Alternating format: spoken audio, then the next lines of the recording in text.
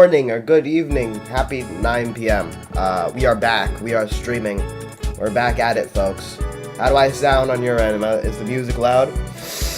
I'm still a little sick, folks. Not fully recovered.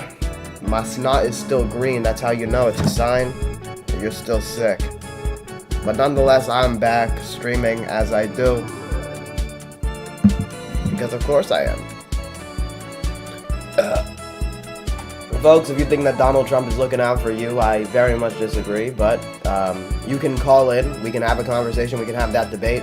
Either through the guest request feature on TikTok or the phone number above my head, folks. I'm still a little sick, but I'm still grinding. That's the mindset to have. You know what I'm saying? You know what I'm saying? Folks, if you think that Donald Trump is looking out for working people, let's have a conversation. Let's have a debate. Call in to the number above my head or hit that guest request button. I mean, what's the recent news today, folks? What's trending on Twitter? That's how you check your news, right?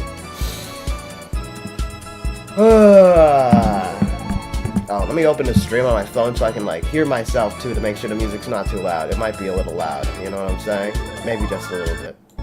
Folks, if you think that Donald Trump is looking out for you, you can call into my stream. We can have a conversation. We can have that debate. It's a necessary debate to have. It's about bridging gaps or something. Having tough conversations. Let me hear how it sounds. We can have a conversation. We can have that debate. It's a necessary debate to have. It's about bridging... Let me turn on the music a little bit. Just a little bit. Alright, folks. But yes, if you disagree with me, if you think that Donald Trump is looking out for you, if you think that he is epic-based man, then call into the stream with the number above my head or the guest request feature on TikTok. I have it open. Both lines are open, and I see both. Well, I'll hear the phone, and then I will see the guest request. Hello. Are we back? Yes, we're back.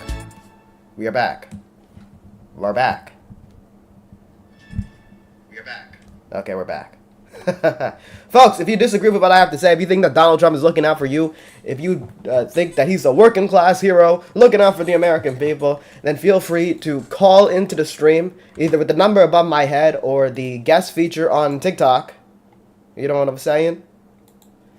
We can have that conversation. We can have that debate. We can talk about we can talk about the political and economic state of the world. You feel me? My nose is still a little stuffy. I'm still a little congested. I was sick. I'm not fully unsick yet. You know how it is. But nonetheless, we still out here grinding, folks. If you think that Donald Trump is looking out for you, if you think that he's a working class hero, you can call the number above my head, or you can hit that guest request button. Let me check the news today. What's some of the news today? There's like a 10 years of news in 2 weeks, folks. A lot of news. A constitutional crisis, some would say. It's a bit of a shame, but hopefully we can get past this moment in history, I suppose.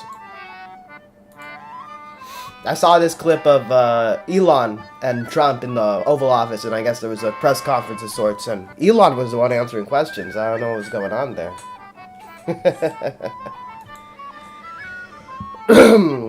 You know, personally, I think people shouldn't have positions in the White House just because they donate a good amount of money to a political campaign.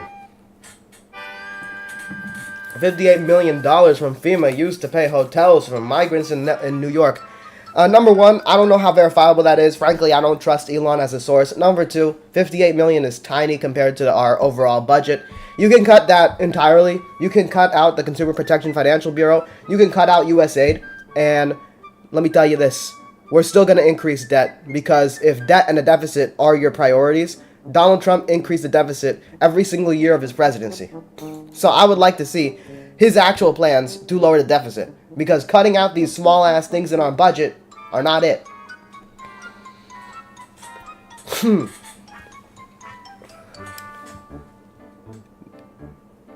Nathan, you said, who is your source, CNN? I know you guys hyperfixate on CNN, but where am I wrong? Where am I wrong? Where am I wrong that, let's say it's 58 million or whatever, 100 million billion this, that you guys say. Let's stay in the millions. $1 million is tiny compared to the multi-trillion-dollar federal budget. And Donald Trump made the deficit worse each year. Where am I wrong? Did Donald Trump not increase the military budget while he decreased revenue? You don't think he's going to do the same? Daniel, your side is constantly talking about cutting waste and lowering the spending and cutting the deficit. That's the Republican narrative for the last 40 fucking years. You guys were the party of expanding the deficit, not just under Donald Trump, but also under George W. Bush, also under George H.W. Bush, and so on and so forth. Nathan says, what's your source? MSNBC, CNN, Russiagate. What the fuck are you saying, dog? Incoherent. Again, you're not addressing the point. Oak says, I'm unbiased, but doesn't the deficit always get worse regardless of the party? No, not necessarily. In all seriousness, the deficit doesn't always get worse. So, Bill Clinton had a surplus. He created a surplus. George W. Bush took that surplus, and Nathan, you're bringing up random ass fucking topics. You're like, Russiagate, January 6th. Hold on. 1 second. I'm gonna blow my nose. Hold up. Hold up, folks. I don't have a piece of paper next time. I'm just gonna use the sock.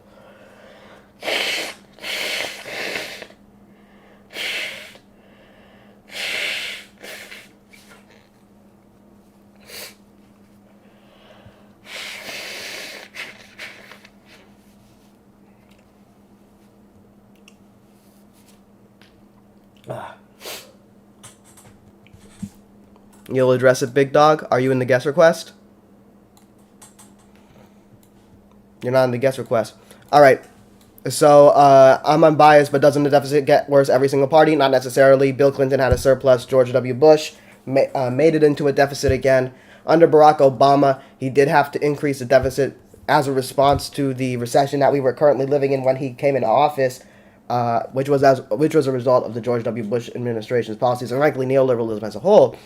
But Obama lowered the deficit for 6 out of the 8 years of his presidency. I think that that's a pretty impressive feat. Donald Trump reversed that trajectory, increased the deficit each year of his presidency. Under Joe Biden, he lowered the deficit from Donald Trump's peak. Ultimately, it still did have an upward trajectory, even though by the end, I believe it was still lower than Donald Trump's peak. So the point is, no, not all presidents are guaranteed to increase the deficit. We have history of presidents without a deficit.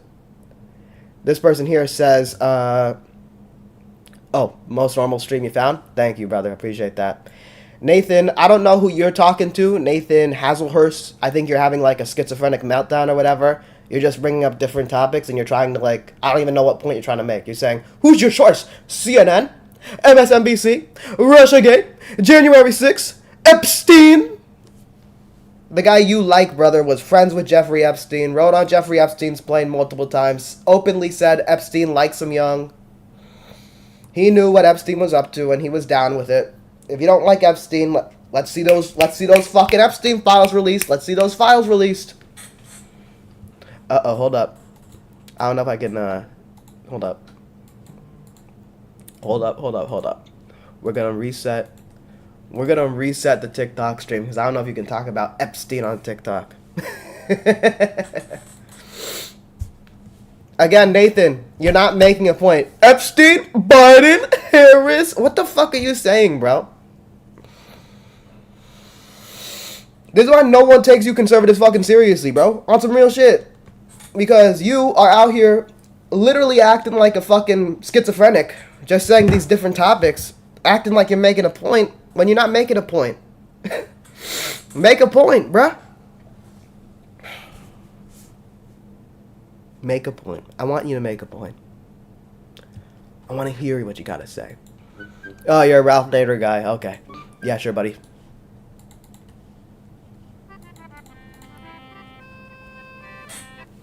But again, I'm not seeing any actual points here.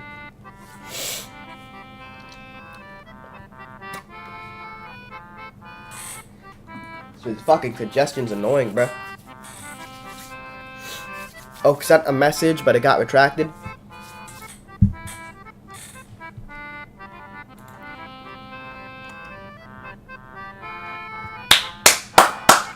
MAGA, where is the arguments, man? Back in the election, y'all were eager to defend this guy. He was your boy. I don't know what happened.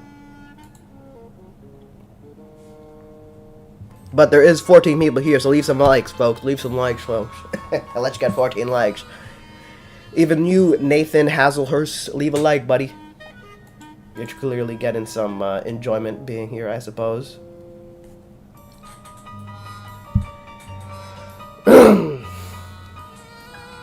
Okay, we're gonna go back on TikTok.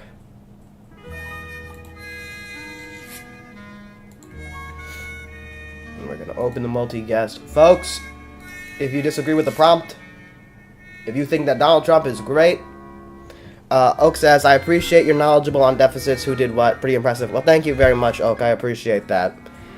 Yeah, no, it's funny, you know. The reason I bring it up, I'm not even particularly a deficit hawk. Like, I don't think it's the biggest issue facing this country like a lot of conservatives claim they do. But the fact that they claim they do, and they conveniently will bring up getting rid of waste when it comes to, like, I don't know, cutting aid to the poorest people in the world or the poorest people in the country. But they don't talk about the deficit increases under Donald Trump, and they pretend that he cut the deficit or whatever because it's their perception that Republicans like cutting the deficit. I don't know, I just try to go on their framework and what they care about, and it turns out that they don't really care about it very much, right? They're a little bit of hypocrites on the issue, and yeah. Dustin says, I'm not a Democrat, I tend to vote more Republican, but in my state, I usually vote what's aligned with my views. That's good. Economics is my downside. I don't care for parties. When I said I was unbiased, I meant unaffiliated. That's good, brother. That's good. Yeah, no. I mean, more people gotta be unbiased. You know, I'm good. I'm open that I'm a member of the Democratic Party, but I'm more than willing to criticize Democrats. I criticize, you know, Biden's foreign policy, right? Criticize Obama's foreign policy. I'm just truthful about it. You know. And the thing that I've noticed, especially talking to Trump supporters a lot of the time, is they don't want to talk about, you know, Donald Trump's foreign policy. Well, a lot of times they don't even know about his foreign policy, man. They don't want to talk about his actual economic policies. They don't want to talk about his foreign policy. They want to talk about the sort of bigger ideas, the broader ideas, which don't require much thought. You know, they want to be like, well, we're going to build a wall and we're going to stop all the fentanyl, even though most of the fentanyl is coming in through, you know, legal ports of entry, being trafficked by American citizens, you know? They don't want to talk about that. It's a little inconvenient to their narrative that it's only Mexicans bringing those things in. Hold on, let me see who subscribed there. Hold up. Leo Parr, thank you for subscribing, I appreciate that. That's what I noticed. MAGA wouldn't criticize Trump in the far right. Yeah, no, I mean, this is the thing, man. Like I said, I will gladly criticize Democrats when they're wrong. I criticize Democrats all the time. It's a simple thing. It's just consistency. If I believe in a policy position and Democrats say something or push for policy that I disagree with, like with Joe Biden and Israel, then I will openly disagree with Democrats. I will call out the administration. You know, it's funny when Donald Trump supporters, you know, they talk to me and I call out Trump's corruption and they're like, well, what about Hunter? And I'm like, yeah, that's corrupt. Hunter had no reason to be on the board of Burisma. And I bring up, but do you think that Jared Kushner should have got $2 billion from a foreign government, Saudi Arabia, Donald Trump's son-in-law? And then it's like they never comprehended someone on the other side disagreeing and calling out their own leadership. And they just kind of go back, but what about Hunter Biden, though? Even though I already criticized Hunter Biden, you know? Nathan says, criticize Biden then. Yeah, I don't like the Israel policy that Biden did. I think it's genocidal. I don't like that Hunter Biden was on the board of Burisma. But in the same vein, I don't like that Donald Trump is doubling down on the Israel policy, in fact, going more radical. And I don't like that Jared Kushner got $2 billion from Saudi Arabia, 2/5 of Donald Trump's entire net worth. So that's pretty fucking bad, too. I usually focus on international affairs rather than domestic. Interesting. But to the MAGA people, particularly in the TikTok chat, if you think that Donald Trump is not corrupt, if you think Donald Trump is great, you know, you can call in, you can have that conversation, all that.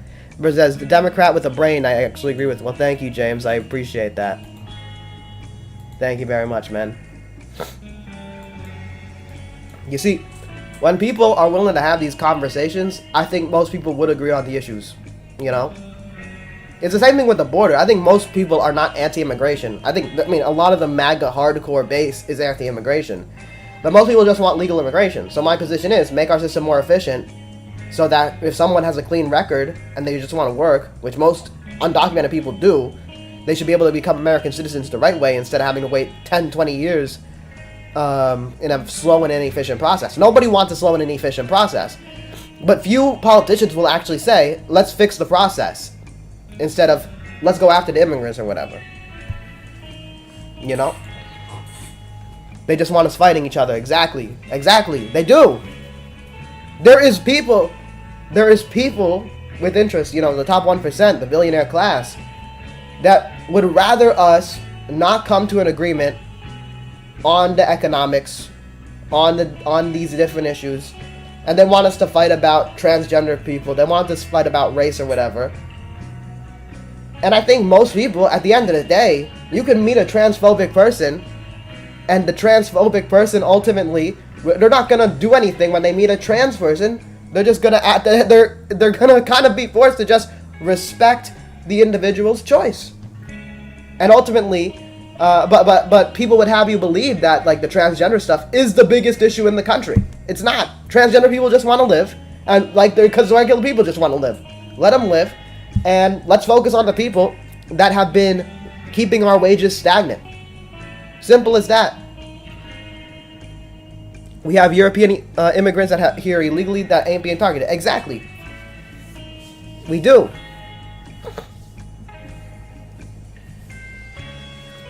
Joe had a prosecutor fired when VP that was looking into Hunter's business dealings. Yeah, well, if that is true, which I don't know if it's true, that shouldn't be the case, and that's corruption.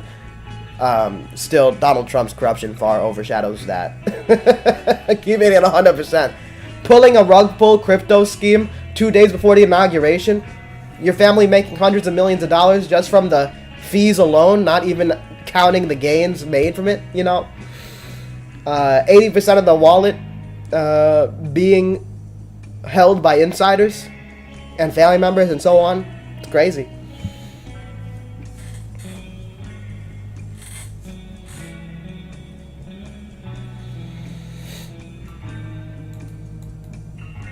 But ideally, we just get rid of all the corruption, period. Democrats and Republicans. And maybe we get the big money out of politics, right?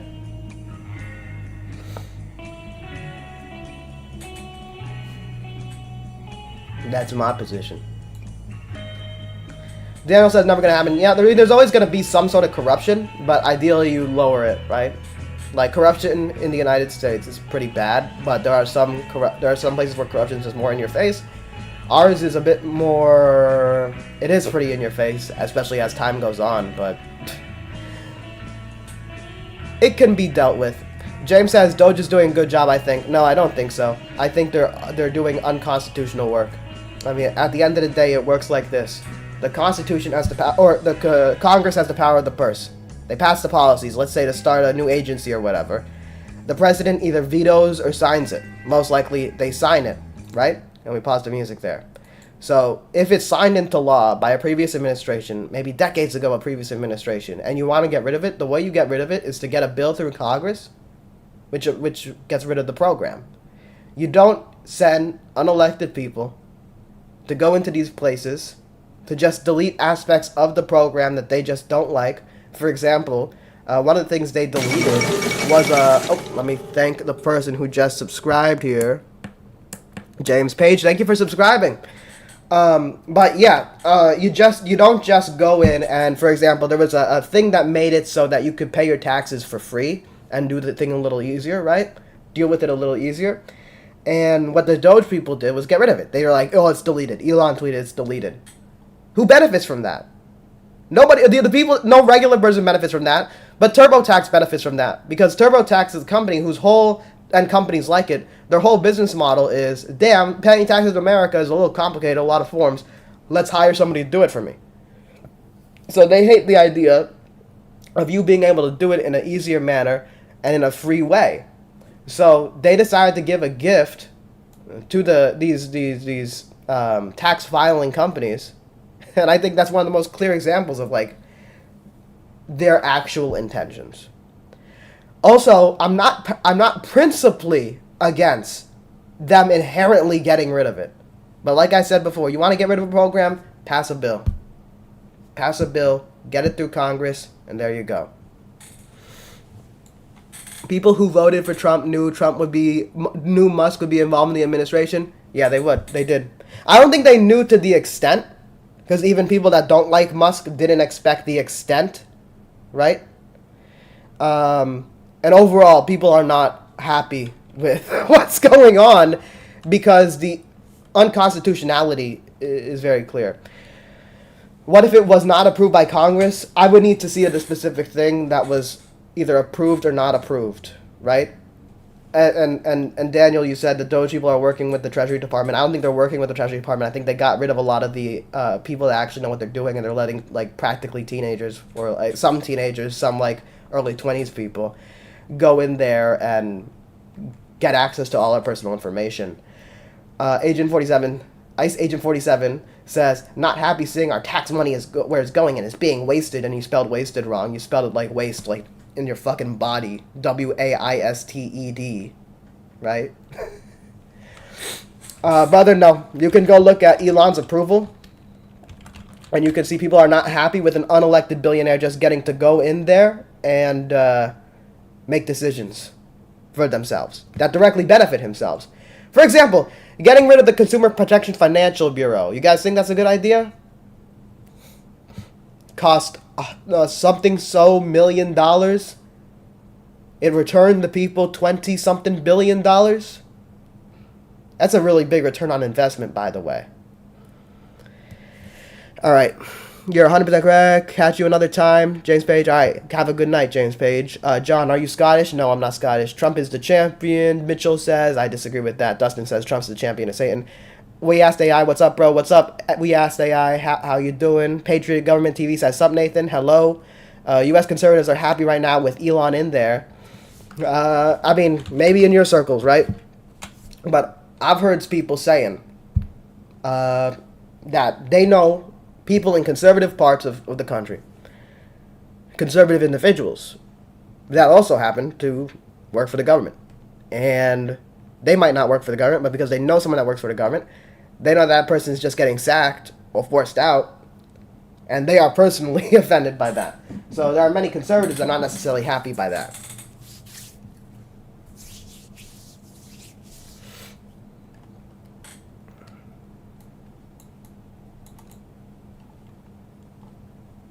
What polls are you talking about Musk losing support? I think there's a CBS and YouGov poll that came out recently. Let's see.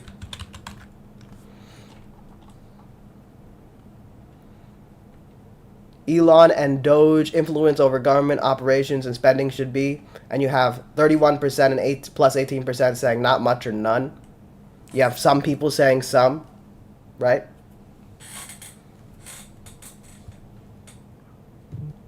I also referenced YouGov, Nathan. YouGov.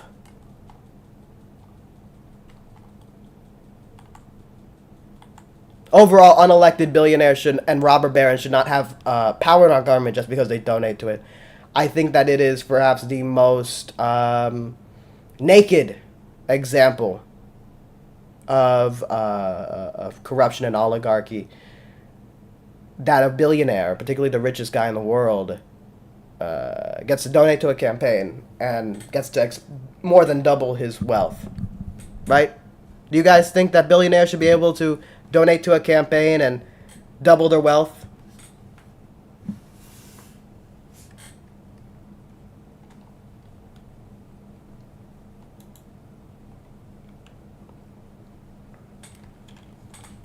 BS is spamming MAGA. Please keep spamming, I don't mind.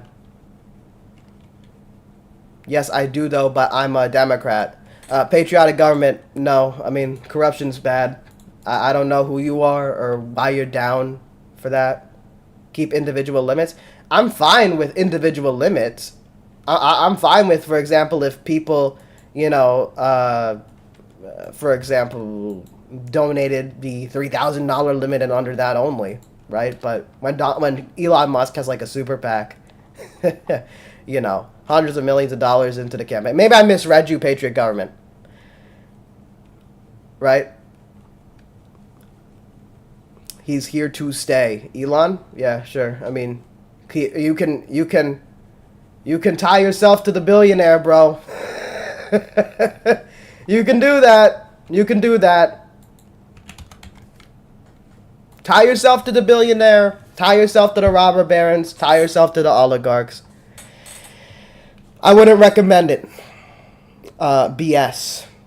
But folks, if you actually disagree with... Oh, sorry. I see someone was waiting in the TikTok. Dominic. You there, buddy? What's good? I'm here. I'm good. What's up? Not much. What's going on with you? I'm good, brother. What's on your mind? Oh, well, I want to talk about your prompt a little bit. I mean, I'm taking you're not a Trump fan from the little bit I heard you talk. Yeah. But, well, I was just curious about this one thing, too. So, like, I wasn't, like, super politically aware during, like, his first presidency or even, like, Biden's presidency, like, the 2020, like, campaign. Yeah. But, like, going back, it seems like you always got to get him for something. You know, like, it was Russia originally. And then it was, what was the other thing? I just thought of it. No, let's get that one for now. But then it was like he's going to be a dictator. And now it's Elon Musk. Like, you know, like, it's like all these... Well, well, let me tell you this, because I was paying attention at that time. My point when I was criticizing Trump in the first term was not bringing up Russia constantly. My point was bringing up the fact that any potential good promise that he made, he failed at. He promised to bring back the manufacturing jobs. He didn't. He promised an infrastructure plan. He didn't. He said the trade deals were bad. But then, you know what NAFTA is? NAFTA, help me out. I'm sorry, I'm not... No problem. So NAFTA and the TPP were trade deals. NAFTA was passed, the North American Free Trade Agreement. Okay, Yeah. And then there was the TPP that was potentially going to be passed. Now, Trump shot down the TPP. He was saying both of those trade deals are bad and they outsourced the jobs. But then he did the USMCA, which was pretty much just NAFTA, with additional provisions from the TPP. So if he didn't like the TPP before, but then he adds provisions from the TPP, he's being a bit inconsistent there. And ultimately, his policies did not lead to manufacturing job growth. 200,000 manufacturing jobs left the country by the end of his term. And even before COVID, because people like to bring that up, the manufacturing construction had already stagnated at that point. So in his first term, the good promises he made, he didn't keep. He promised another thing. People want to talk about trade a lot, especially this time around with the new set of tariffs. He did do some tariffs in his first term. It did start a bit of a trade war with China. Now, they weren't as radical as the tariffs he's proposing now, because he's been proposing across-the-board tariffs, but they were more specific and targeted, but at the end of the day, it started a trade war. And the result of that was our farmers getting so hurt that they needed a $19 billion bailout. And that didn't even fix up all their problems. You know what I mean? And ultimately, the trade deficit under Donald Trump went up, as well as the regular deficit when it came to the debt. So he just didn't do a good job his first term. So, yeah, that's my perspective. I mean, yeah, and I hear you on a lot of that stuff. But I mean, he didn't, like, break every promise, of course. And I understand, like, your issues, some of the stuff. But, I mean, with the I'm sorry, help me out. The TPP? I'm so out of the loop right now. Yeah, the TPP, yeah. I mean, what's the problem with taking the good parts of that? Maybe he didn't like the whole thing. Like, what's the problem with taking, like, parts he liked? Well, at the end of the day, if he was saying that NAFTA was bad and that it outsourced jobs or whatever, I wouldn't just repackage NAFTA and be like, guys, look at my win. I just did NAFTA, right? But and then in addition, the TPP overall was a pretty bad thing. What he did, it's been also a while because this was like 2018 or whatever that he did the USMCA. So it's been a while since I read up on it. But pretty much, I think there was really nothing that changed the game for workers, right? There was nothing that suddenly started ending outsourcing and bringing back the jobs. It just kind of continued the status quo. And if Donald Trump was out there campaigning saying, like, the American dream is dead, and it's dead because of these policies, and then he does the exact policy, you know, by his own standard, he failed. Yeah, and I hear you, too. And the other thing you said earlier about him bailing out farmers, I mean, we've been bailing out farmers for over 100 years. Oh, I don't have a problem with bailing out farmers. It's just the reason we bailed them out was a result of his trade war. What did the tariff? I mean, we export food. I mean, yeah, I think one of the responses to our tariffs I think it was mainly China responding, but they put a counter tariff on specifically soybeans, and we produced a lot of soybeans in the United States, and we export a lot of it, and I guess we export a good amount of it to China, and as a result, it became more expensive. It became harder for farmers to sell. They probably just sold less product in general, and they sold less product and had to pay more for the products that they were selling. So that's why they needed the bailout. But don't you see that as like it hurt China way more than us? China's the largest food importer by far. You know, they import a lot of our soy. I mean, right? at the end of the day, trade wars hurt everybody, right? But if your goal is to bring back the jobs, Trump didn't do that. If your goal is to lower the trade deficit, Trump also didn't do that. He made it bigger. And then, in addition, I mean, farmer suicide is like a very unfortunate statistic, and it quite literally, my understanding is, grew as a result of those economic turmoil of those tariffs. You know, so we didn't win anything.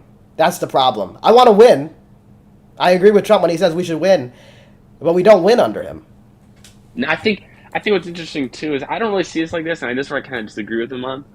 But the way I think he sees tariffs as like a negotiating tool, like more of a political, geopolitical kind of thing, not like an economic thing. You know, it's like it's the way to negotiate.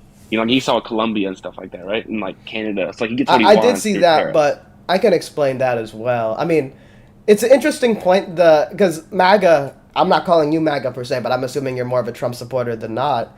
But they kind of bounce between tariffs are actually really good economic policy, which during the campaign, that's kind of the line they were going with.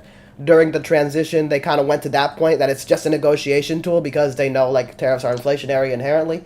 And then in the weekend, the weekend where it seemed like he was going to be putting those tariffs on Canada and Mexico, they went back to tariffs are actually really good economics for reason A, B, and C. But then he says we're going to delay the tariffs on Canada and Mexico, and they're back to, as you said, in your view, it's more of a negotiation tool. But we really didn't get anything if it's a negotiation tool. The whole policy, like Canada or Mexico is going to put 10,000 troops on the border, or National Guard people on the border, that was agreed to before. They just said they're going to do the same thing that they already agreed to, which they've been doing. And Donald Trump is saying, okay, I win. No more tariffs. So they didn't have to do actually anything for Trump to say, oh, there's a concession. We can delay the tariffs for now. As for the Colombia stuff, the Colombian president also got what he wanted. He was one of the demands right away was saying that these people that are being deported to Colombia, they cannot be being brought in military planes with no AC, in chains, you know what I'm saying? Not being allowed to use the bathroom. They gotta be brought in the presidential plane, the Colombian president's plane. And that's what was agreed on. So when people are being deported from Colombia to the or from the U.S. to Colombia, he got what he wanted. So in a way, we are seeing the art of the deal, but we're seeing it from the foreign leaders, you know? Well, I mean, do you really think Colombia got what he wanted? I mean, he got his private jet going all the way to the U.S. doing what he that was his demand.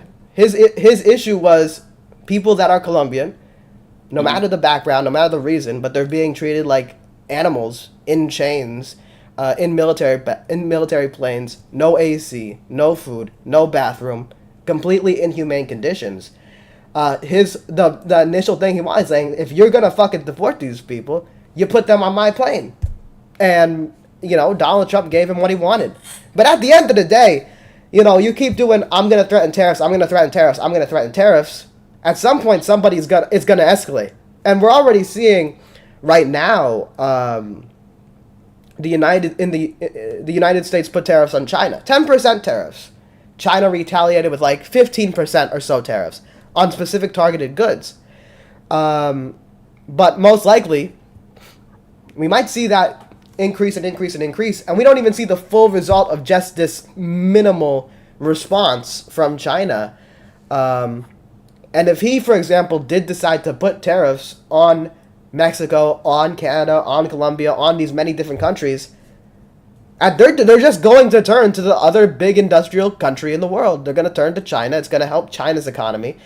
And we're going to isolate ourselves economically, and it's only going to hurt us. It's going to make our products more expensive, and it's going to hurt American companies when they get retaliation. We saw this in the 1920s with the Depression. Excuse me. Yeah, no, I was curious too. So, like, I mean, you would agree that like a heavy reliance on China is bad, right? Yeah. I want to bring back manufacturing at like a Of course, of massive course. way. I In a think massive everybody way. does. Yeah. Yeah, of course. So, how would you go about doing that? Just curious. Yeah. I mean, let's put the personalities aside, right? Biden and Trump. They both claimed they wanted to do more American manufacturing jobs, right? At the end of the day, with Trump, we saw 200,000 manufacturing jobs lost. We saw manufacturing construction investment, so money going into shovels in the ground, not just investing in the stock market, right? We saw that spike under Biden to like the levels of World War II, which is the highest it's been since World War II. No matter how someone feels about Biden or the people around him, we got to compliment that if the goal ultimately is bringing back manufacturing jobs, because that's massive. And we did see 800,000 new manufacturing jobs. So I think the way you go about bringing back jobs into the United States is incentivizing it, making it worth these companies' money, putting more public investment, which that encourages private investment as well, which we saw under Biden. And also when it comes to tariffs, and I would do what Biden did at a much larger scale, right? I think his was too limited. Are you talking about the Green New Deal? Biden didn't do the Green New Deal. Wait, Biden did not do the Green New Deal. Biden is a centrist Democrat. He didn't do the Green New Deal. He had investments into green energy manufacturing. No, which I'm is sorry. No, I didn't mean like that. What was this big infrastructure bill? I thought like that was kind of the thing. So there was Build Like, Back what's Better. The slogan? Build Back. That's what I'm Yeah. saying. Now the thing is, I'm Build so Back. out, bro. No problem. Build Back Better got and my nose is nasally right now. I'm sick a little bit. Oh, you're good, bro. Build Back Better was being pushed by Biden. Had a lot of good policies. Would have been a massive. Frankly, if that was done, I'm gonna be honest. We look at countries across the world. Incumbent parties lost because of the economic turmoil in most countries in the West, particularly, but also in the East. Mm-hmm. The incumbent party that didn't do that or that didn't happen was Mexico with AMLO, and his successor won with ease because they actually had material conditions improve in Mexico. If we had Build Back Better done and people were able to feel the benefits of these policies, I think that would have bucked the international trend of incumbent parties getting punished because people would have felt the material conditions change. But Build Back Better got shut down by conservative Democrats and, of course, the entire Republican Party. So we got the Inflation Reduction Act, which was still good, but to a much less degree. You know, there was still a lot of investments into manufacturing, into green energy, into infrastructure. There was also a separate infrastructure bill, which, you know, building infrastructure in America, you need the parts to build the things you want to build, bridges or whatever. You build that in America as well. So it really did give this sort of resurgence to the industrial base in America, you know, and I agree with that. But it wasn't enough. It wasn't like Franklin Roosevelt's New Deal. You know what I'm saying? It had to be bigger, in my view. But you realize that, like, even at the size it was, or even if it was a little bigger, like, you would have similar issues that the New Deal had. I mean, I feel like, you know, we're in a different country than the New Deal, of course. Yeah. But like at the time, we could handle the debt, you know, because it was a relatively smaller government. He drastically made the government bigger, right? Uh-huh. But we're already at a huge government. He wants to make it bigger, you know. Like, I mean, what are we, 30 trillion in debt? I mean, we talked about it earlier. Yeah. Personally, for me, I think I said this, like, debt is not the biggest issue. At the end of the day, we are the global hegemon. Most of our debt is owed to people in the United States or whatever. It's not owed to foreign countries. But there is ways to be fiscally responsible while also investing in the American people. We got to change the tax code. We got to get sort of mid-20th century taxation back. We can't let these billionaires who absolutely dominate society just get to hoard all the wealth, because ultimately they don't really funnel it back to the degree that regular Americans do. And that's part of the ways we deal with the debt. I think, and Democrats ultimately, like, Biden did see a decrease in the deficit from Donald Trump when Donald Trump left office. And now, it still had like a bit of an upward trajectory, but I still don't know if it reached that peak that Donald Trump had it in. So, excuse me. Democrats in general seem to care a lot more about debts and deficits than Republicans. I mean, you look at Bush, you look at Obama. You know, Bush saw yearly increases. Obama saw 6 years of decrease, 6 out of his 8 years. Bill Clinton saw a surplus. So I'm fine with people caring about the debt, but I would just suggest to people if their big issue is debts and deficits, they should probably vote for Democrats. But I would say to that too is well, number one, I think Bush would have took down the debt if he didn't get in all those wars, of course. Mm-hmm. But Reagan was probably the most serious president about the debt. I know he didn't end up. Did he? I don't think he ended up balancing it. I know Clinton did a good job, but I feel like we're in a very different Democratic Party now. Like I never really heard Kamala Harris or Joe Biden really talking about reducing the debt. I never really heard that in their campaigns. Maybe I'm wrong. Well, ultimately, like I don't know how much they brought up the debt and deficits. Democrats don't tend to actually run on debts and deficits, but I will say under Reagan, the deficit went up.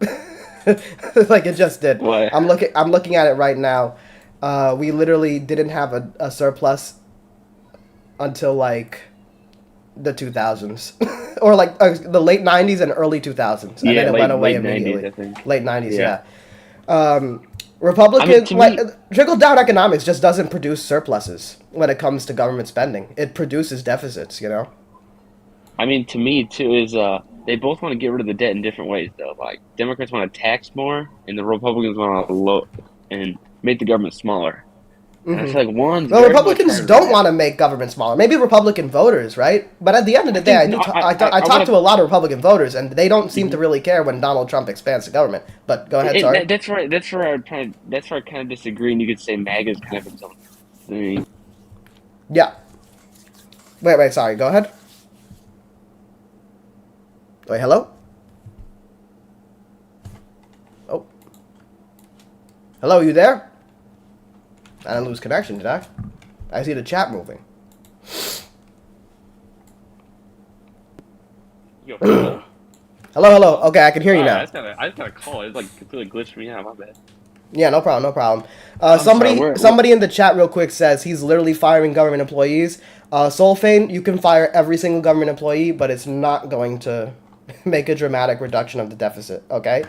Right, they're not even the biggest percentage. I don't remember what the percentage was, but it's been a while. I heard the point; it was a very small percentage. But hold on, I'm gonna put someone in hold real quick. I'm gonna put you to the queue and go to you next. Okay. Okay. All right. Me? No, Wait. The caller. Okay, they just went away. All right. But yeah, you were saying something earlier. What were you saying? Yeah, that's what I would kind of say. Like you could maybe disagree, is MAGA part of the Republican Party, or is MAGA like different? Because they're different.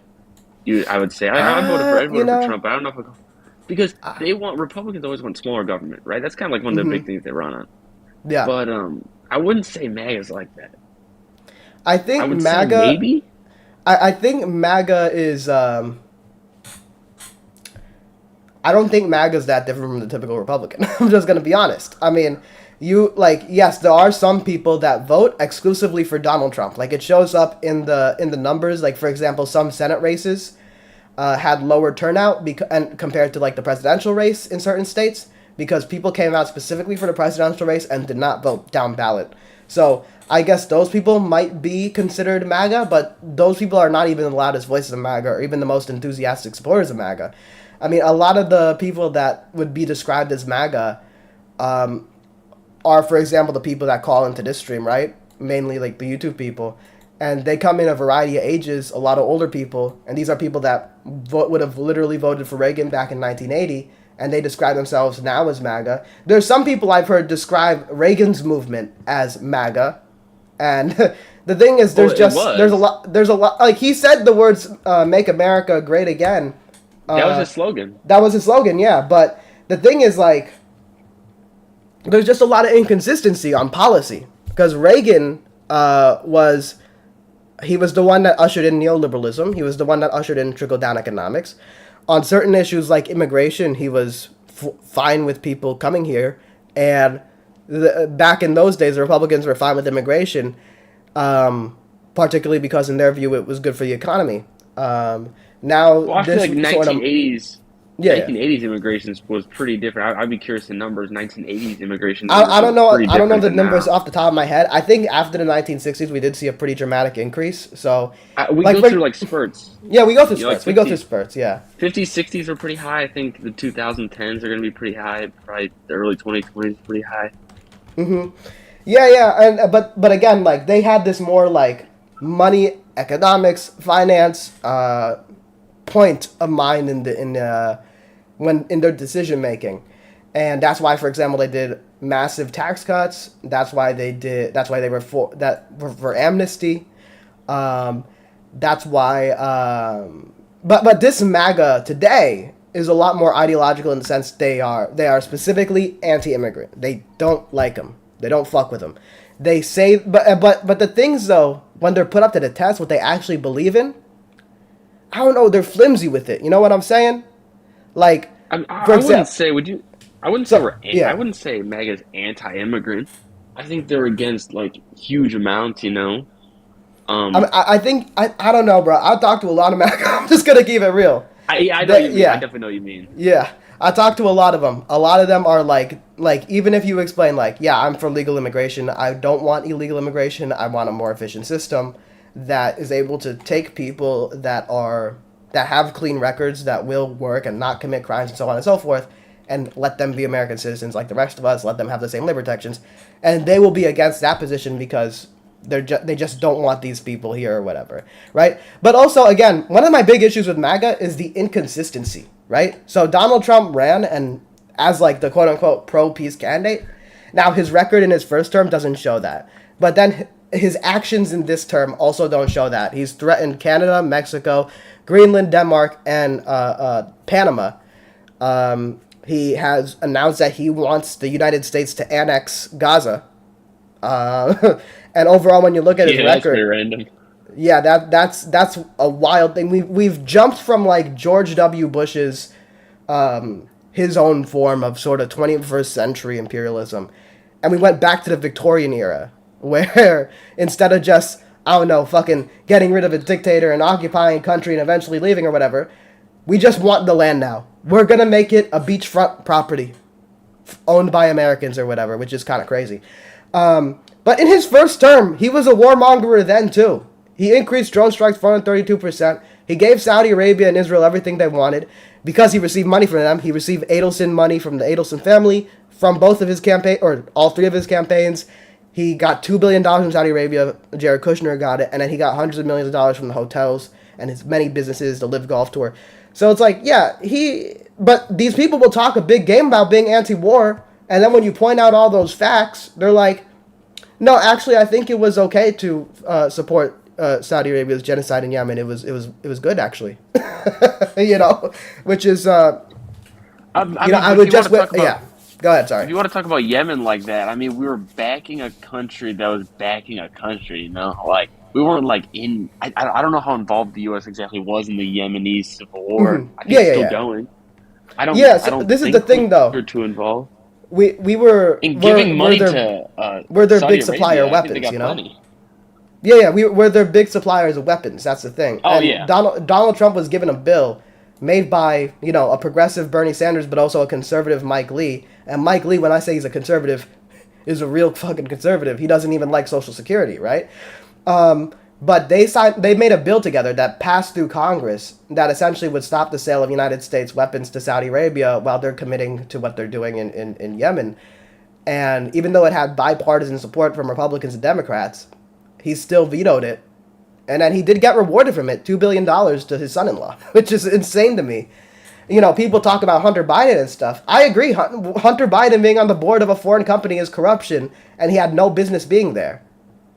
But in the same vein, if I believe that's corruption, then $2 billion from foreign governments directly into the pockets of Jared Kushner, that's also like mad corruption, massive corruption, different level, So that's my perspective there. I wish MAGA was just consistent on their views. I wish they were anti-war. I wish they were pro bringing the jobs back. You know what I mean? And pro building new infrastructure. But they're just not. Even the fiscal responsibility, like if they were just pro being fiscal responsibility, if they were just pro like cutting the deficit, they would at least have the position that, yeah, Cutting revenues while increasing the budget like $100 billion or more, that seems like bad policy to me, Mm-hmm. Yeah. But to be fair to you, Yeah. you seem a lot more like down to earth than a lot of the MAGA I talk to, I Yeah, can I tell would you say I'm that. definitely center. I would say I'm closer to Yeah. center. I lean a little more. I did vote for Trump. I believe he was the best candidate, but um, Yeah. I don't think that either of them were the end of the world. I feel like the U.S. going to keep on going. We just I'll say maybe this. disagree. I think that I don't think the world's gonna end. I'm an optimistic person, so I think things will work out. You know what I mean? Like as a species, humans have faced a lot of challenges. You know what I mean? We got And a but country too. and as a country, exactly. So I think we'll be fine. Partly because I do believe, for example, the more things that you might consider hyperbolic, I think like they are fascistic. I think Elon personally is a Nazi, like in his worldview. Oh yeah, Um, I don't know. I would you not know, say that. But. yeah, you can only do so many Nazi salutes 2 times in one of the biggest stages of your life. But we don't need to get into that completely. But I think the difference is between the fascists of today and the fascists of yesterday is the fascists of yesterday had a lot more sort of obvious military ambitions and so on and so forth. They wanted world conquest, right? I think the fascists today, they view themselves, it's mainly the rich guys, the tech industry, and so on and so forth, right? They view themselves as above the typical person. They view themselves as sort of modern day kings. It's more class based, I think, than race based. But ultimately, I think because they're so fucking who's the OpenAI guy? What's his name? Sam something. I'm forgetting his name. You're beating me here. Trump gave him Trump was like saying there's gonna be $500 billion to AI, right? So he's like a right winger, but even he hates Elon Musk. You see, that's the thing too. This is gonna give me. I don't like Elon Musk either. I think he's kind of a weird guy. Yeah, 100%. And I felt the same way about the Republican. This is where I kind of like, I like talking trash a little bit about the Republican Party. You can't love them all. Yeah, Like this is where also too, like when there was a Republican race and they were talking about who's going to be vice president, who's going to be vice president. I did not like J.D. Vance. I don't think he was the pick.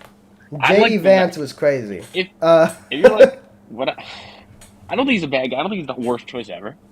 But I think Vivek would have been way better. I line almost perfectly, like almost everything he says. That's an interesting perspective because I don't think Vivek really believes in what he says. I'm just gonna be honest with you. Yeah, no, like in 2020, you literally had him on record, openly and directly saying, oh my gosh, what Donald Trump did that led to January 6th is horrible and this, that, or the other, blah, blah, blah, blah, blah. Of course, he retracted that position when he decided to run for president and when that was a goal of his, I guess, because he wants to attract the base. And if you want to succeed in the Republican base, you can't really be attacking Donald Trump. Another thing is he made a lot of his money from essentially, you know how like people do the crypto pump and dumps? He did that with the stock market. And that's how he became a billionaire. Well, wait, why has he not been investigated by the SEC? I don't know if there has been investigations on him. Maybe there has that's been. highly illegal. I mean, if that's true, which the thing is, a lot of white collar crimes they get away with, not just Vivek, but in general, people that commit white collar crimes. SEC is pretty serious. Well, SEC seems like they're no joke, bro. I think there's a tremendous amount of fraud in Wall Street and in the finance industry that they get away with. But I would like to see a much more serious regulatory state in regards to white collar crime. I mean, I think the SEC does a pretty good job. I mean, if what you're saying is true, which I haven't heard that before, I suggest bringing it up to the SEC. I mean, why has no one brought that up to them? Again, powerful people vouch for powerful people. I don't have. I'm not in the administrative state, so I don't know what exactly was going on there. But it could be very possible what he did was completely quote unquote legal, right? But then it was also a scam on the people that invested in his company. Pretty much what he did was get failing drugs, market the hell out of them, go onto the finance news channels, get a lot of positive press. People invested in his company, and he was able to do a pullout. It might be completely legal. I don't know. But the point is, that's how he really made his money. He hasn't really done much crazy productive stuff in his career. I don't know. I'm not a big fan of Vivek. How do you feel, though? I'm curious. As a fan of Vivek, MAGA has really turned on Vivek in a lot of ways. Because of the H-1B visa, you know, they really are, as that fucking Elon, one of his Doge boys was like, and you see this with the internet. They want to normalize hate on Indians. They fucking hate Indians. They're doing every shitty fucking anti-Indian thing that they could do. And they're going hard on Vivek for literally just being Indian. It's kind of crazy. Also his position on H-1B visas, but they're really going hard on him for being Indian. I mean, I also know, like, he said some stuff that I know MAGA wouldn't agree with, but maybe it's true. Maybe there is some sort of truth to it. The whole part where he said, what Vivek was saying? We kind of need to import people because there's not that innovative spirit in the United States anymore. And, like, I know a lot of people do not like to hear that, but I'm an optimist, but I'm also a realist. Like, I heard it out. I'm like, really think about this. Like, some of the greatest, like, thinkers right now in the U.S. are immigrants. Hey, well, you know what, brother? I'm just going to say this, all right? A lot of times when I hear people with a little bit more consistency compared to typical MAGA, I get a little concerned because a lot of times the more, like, sort of rhetorically gifted right-wingers I be seeing tend to be... I forgot that we're on TikTok. They tend to be like Yahtzees or whatever. I gotta use the TikTok censored words, right? So, for example, I'll talk about populism and trade, and they'll say all these populist stuff, and then they'll be like, instead of like blaming the 1%, they're like, well, then we've got to blame the Jews. You know what I mean? So I'm like, oh man, you're 90% there, but you're not there. Now, I've been seeing a lot of essentially the Yahtzee types attacking Vivek. The fact that you're sticking up for Vivek kind of shows that you seem like a more reasonable person, and that you're probably not a Nazi. So good job. I appreciate that, bro. That's a compliment. A new compliment every day. Yeah, exactly. But yeah, no, I mean, I agree with you that I have no problem with having immigrants. That's the thing. Me neither, bro. You know, sometimes I've got an issue. Literally, sometimes the issue is just the number. I mean, sometimes I think we're letting in too much. I don't doubt these are great people. I don't doubt they're going to do good things. But at the same time, we need to, like, the U.S., we've always went through periods. We need to integrate. And I think we're in an integration period where we lower the immigration a little bit. I'm not saying stop all immigration. Let a lot in. I don't doubt that. But, like, I don't know what the number is. Maybe I don't know what a number is to give you. But, you know, I just, like, where I live, I mean, you can just, like, you can see where this is happening now, and then ICE is cracking down where I'm at. Yeah, no, you can definitely see, like, there are certain, there's a lot of places in this country that need new blood in. You know what I mean? Like, they actually just need it. I mean, the whole thing with Springfield, Ohio, right? They decided to make that a campaign issue. Number one, a lot of practically all the claims of, they're eating the dogs and the pets, that was lies. The examples that they brought up of, like, I don't know, here's a video of a woman and a dead cat. She's eating the cat, and she's black, so she must be Haitian. Turns out that she was an American. She was born in America. Turns out she was in a different city, in a different county. And she wasn't eating it. She was just a mentally ill person that killed an animal. And that's unfortunate that she killed an animal. But the fact that they're using that to be like, guys, this is what the Haitians are doing. When the police in the city were saying no, when the Republican governor of Ohio was saying no, and they kept pushing that. Meanwhile, when you actually have examples of people in that city, like business people, for example. There was a guy that owned a manufacturing place, right?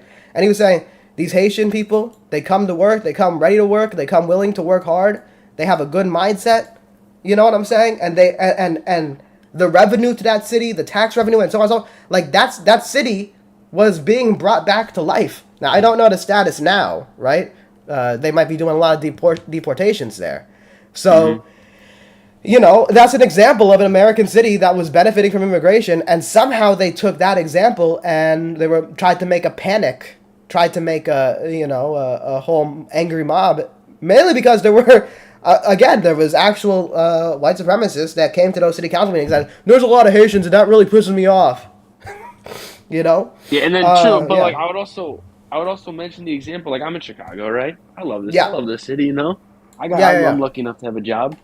I'm a younger guy. I got friends that are similar ages, and they're having a hard time getting jobs right now. But you go like downtown. Like I like to go downtown. I live too far from the city. Yeah. And you see these, and I feel bad. It's really a humanitarian crisis. They're on the streets in some places. I know Yeah, now yeah, in the yeah. winter. In the Yep. winter, some of them are still out there. I know a lot of them are getting brought into police stations. I know a lot of police stations are housing them. Mm-hmm, We mm-hmm. got like when the DN. I'm sure you heard about the DNC came here. They were clearing out warehouses to put them in. And at Mm-hmm, this mm-hmm. point, I'm like you said, like for you gave a great example, like Springfield, like they needed the jobs there. I don't know if there is the market in Chicago right now, a Rust Belt city with declining manufacturing, the little bit we have, you Mm-hmm. know, Yeah, like yeah. for like unskilled workers, at this point, Yeah, no, I get that. Well, I think specifically in Chicago's case, for example, a lot of those immigrants were sent from like that was the people that were bussed in by Greg Abbott. Yeah. You know what I mean? hmm Now, Greg Abbott, I mean, he actually did do human trafficking because a lot of these immigrants that were sent to like New York or sent to Chicago were lied to when they were told like we have housing and a job ready for you where we're going to send you. That's why they came along, and then of course they come into these places without housing or a job ready. But what I would say is I agree that there are problems with immigration, but it can be solved with a bit more planning, with a bit more efficiency. Efficiency has been on the minds of a lot of people. We have a very inefficient immigration system. We should make it more efficient. We should make it easier to come here if you have a clean record, if you have a clean background, and you hmm should be recommended to these people and incentivized to these people. Hey, here are these towns and different places in the United States that are on the decline that would really benefit from your presence there. Go there, try to make a life. There's jobs that are plentiful in a lot of these places. Um, not just dropping all of them into population centers just because they want to make a big thing about let's just send these people to the blue cities to make some epic point. You know what I mean? And I know Yeah, you're like making fun of it, but that's kind of what happened. It's kind of true. Like Chicago, we made ourselves a sanctuary city because we're not near the border. Let's just yeah, let's get yeah, this win. Like let's just get this moral win. But then when we started having to carry the burden of I think we're at 100,000 plus, and we're only a city of 2.5 million. So, and that's a yeah. decent I portion of I the agree with population you right now. that I agree with you that like if you drop people in one place, it'll cause problem. Like too many people in one place. That's why you gotta Yeah. spread it out. That's really Uh-huh. the big solution. And I think and that's where I don't like give like whenever I've said that to people, they've always said like, "Well, you should be mad at the Texas governor." I'm like, I'm not though, because he has to deal Yeah, with all this. And so when he starts making these like liberal cities, I don't mean to sound like Fox News yeah, here. yeah, yeah. No, no, These like I get you. I get you. these like liberal cities, and he like wants to make them like, hey, maybe you guys should be if you guys want to say you're like these more on this moral high ground, why don't you take some of these immigrants? And finally, when we get them, we don't know what to do with them. I mean, there's huge portions of the budget. We're in a deficit right now. Yeah, I mean, huge portions of the budget's still going to this stuff, you know? yeah. And that's what I kind of got an issue with. I don't doubt these No, are good I people. I get you. I fully understand what you're saying. And I think people do got to be understanding of, for example, like border towns that might be a little bit more overwhelmed by the situation, hmm right? But at the end of the day, the reason I disagree with Greg Abbott's decisions is number one, he lied to a lot of these people. It like if people are mad about trafficking, that's like by definition trafficking. Um, and also like what his actions are not necessarily to solve a problem or to benefit anyone, is to just throw these people into a chaotic situation, use them as like pawns on a chessboard, being like, "Huh, look at this stunt that I did." If he was actually serious about, helping these people or helping out, he could help out red states. Ohio overwhelmingly went red, and uh, over the last few years, they become a red state. But then in Springfield, Ohio, that's where we saw immigration be a massive benefit with the Haitian immigrants. Find more Springfield, Ohio's that are in need of these immigrants and spread the people around there. Don't lie to them and say, we got a home and work ready. Coordinate with these cities and set up a situation for them. That's my criticism, right? My criticism is not necessarily, it's wrong to expose like the problems that might come with immigration. My problem is the fact that he lied to these people and isn't helping anybody. He should just help these people. He should help out the red states. He should help out the red cities, and have people come work. And oh,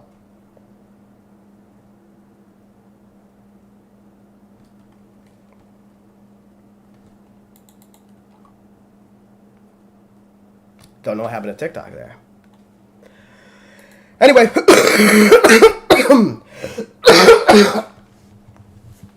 TikTok's down. Rip. All right, let's see what's happening in YouTube chat. It's about where you're worth hearing your crap ideals. Some of these people need to realize that insults don't work. No wrong tack. When your dad left to get milk and never how did that make you feel? Not my fault that his dad's right. No live notification recently. Looks like viewership. Yeah, what's the deal with the live notification? I checked my phone too to see if there's a live notification. I didn't see nothing. Kind of odd. Make sure you gotta hit that bell then. You see what I'll do? I'll go and reset the stream soon. How long have I been streaming? Been streaming just an hour. I'll restart it soon. But, let me see. So, Squid Game fan says hi. Hello, Squid Game fan. Epic Trader is angry. I don't know what got him upset. Blah, blah, blah, blah, blah, blah, blah, blah, blah, blah, blah, blah, blah, blah, blah, blah. For just as two gender.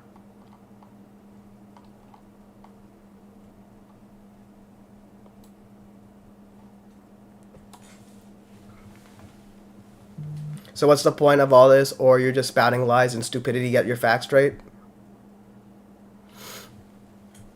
Epic Trader? No, your profile is the epic face from Roblox. You can search the epic face, bro.